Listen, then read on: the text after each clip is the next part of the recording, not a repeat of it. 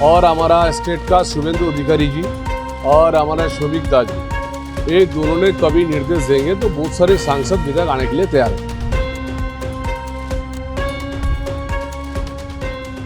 ममता बनर्जी और उनकी पार्टी तृणमूल कांग्रेस की नींद उड़ा दी है।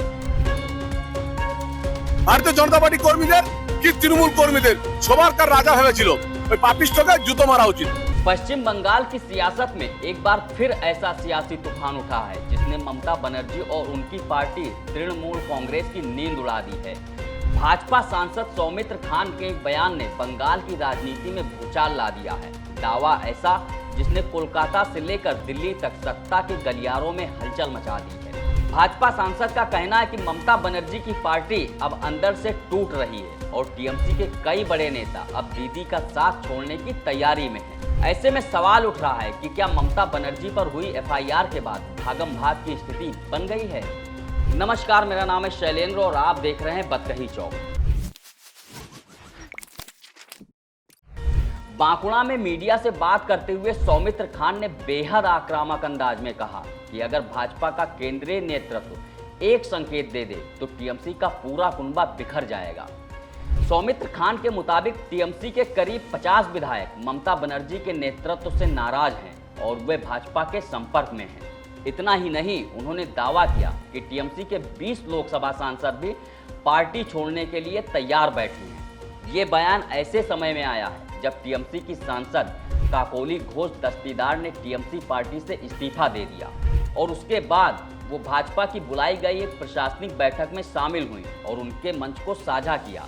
इस दौरान उनके साथ टीएमसी के 6 विधायक भी मौजूद रहे। मैं बोल रहा हूँ, हमारा पार्टी का केंद्रीय नेतृत्व सेंट्रल, हमारा लीडरशिप और हमारा स्टेट का शुभेंदु अधिकारी जी और हमारा शोभिक दास जी, ये दोनों ने कभी निर्देश देंगे तो बहुत सारे सांसद विधायक आने के लिए तैयार हैं।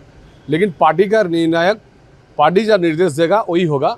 पार्टी का डिसीजन सबसे बड़ा डिसीजन है। अभी बहुत सारे सांसद, बहुत सारे विधायक हम लोग का साथ संपर्क में है, दोस्ती भी है। कभी कभी दोस्ती करने के लिए वो हाथ बढ़ा रहे, मतलब समझ रहे। और हम लोग यही बोलेंगे ये पार्टी का डिसीजन है फुल्ली। सवाल अब सिर्फ इतना नहीं कि कौन जाएगा और कौन रुकेगा, सवाल ये है कि क्या ममता बनर्जी की पार्टी अब उसी दलबदल और बगावत की आग में जलने लगी है जिसे कभी टीएमसी ने दूसरों के खिलाफ हथियार बनाया था। भाजपा सांसद ने ममता बनर्जी और उनके भतीजे अभिषेक बनर्जी पर भी तीखा हमला बोला। उन्होंने अभिषेक बनर्जी को पापी बताते हुए कहा कि सत्ता का घमंड अब टूटने वाला है। सौमित्र खान ने कहा कि जिन लोगों ने बंगाल में भाजपा कार्यकर्ताओं के घर उजाड़े, हिंसा करवाई और लोकतंत्र को कुचलने की कोशिश की, अब वही लोग कानून और जांच एजेंसियों के शिकंजे में फंस जाएंगे। আমি বলবো পাপিষ্ঠ অভিষেক, তুমি ভারতীয় জনতা পার্টির কর্মী এবং সাধারণ মানুষের যে বাড়ি ভেঙেছো 2021 সালে, তাতে 24 সালে, তাতে তোমার বাড়িটা ভেঙে দেওয়া উচিত। একটা পাপিষ্ঠ রাজনীতিবিদের নাম যদি হয় গোটা ভারতবর্ষে তাহলে অভিষেক বন্দ্যোপাধ্যায়। একটা ঘৃণিত, পাপিষ্ঠ, ন্যাক্কারজনক একটা ব্যক্তির নাম হচ্ছে অভিষেক বন্দ্যোপাধ্যায়, যার জন্য সমস্ত যুব সমাজ হোক, মানব সমাজ হোক, সবাইকে মরতে হয়েছে। কি ভারতীয় জনতা পার্টি কর্মীদের কি তৃণমূল কর্মীদের সবার কার রাজা ভেবেছিল ওই পাপিষ্ঠকে জুতো মারা উচিত। उन्होंने तंज कसते हुए कहा कि 2021 चुनाव के बाद भाजपा समर्थकों के घरों पर बुलडोजर चलाने वालों के दरवाजे पर आज खुद बुलडोजर खड़े दिखाई दे रहे हैं।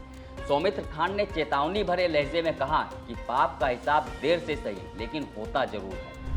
इसी बीच ममता बनर्जी को लेकर पुराने एफआईआर और भ्रष्टाचार से जुड़े मामले की चर्चाएं फिर से तेज हो गई हैं। भाजपा लगातार टीएमसी पर भ्रष्टाचार, कटमनी, शिक्षक भर्ती घोटाला, कोयला और पशु तस्करी जैसे मामलों में सवाल उठाती रही है। भाजपा का आरोप है कि बंगाल में सत्ता का इस्तेमाल राजनीतिक विरोधियों को दबाने और अपने करीबी नेताओं को बचाने के लिए किया गया।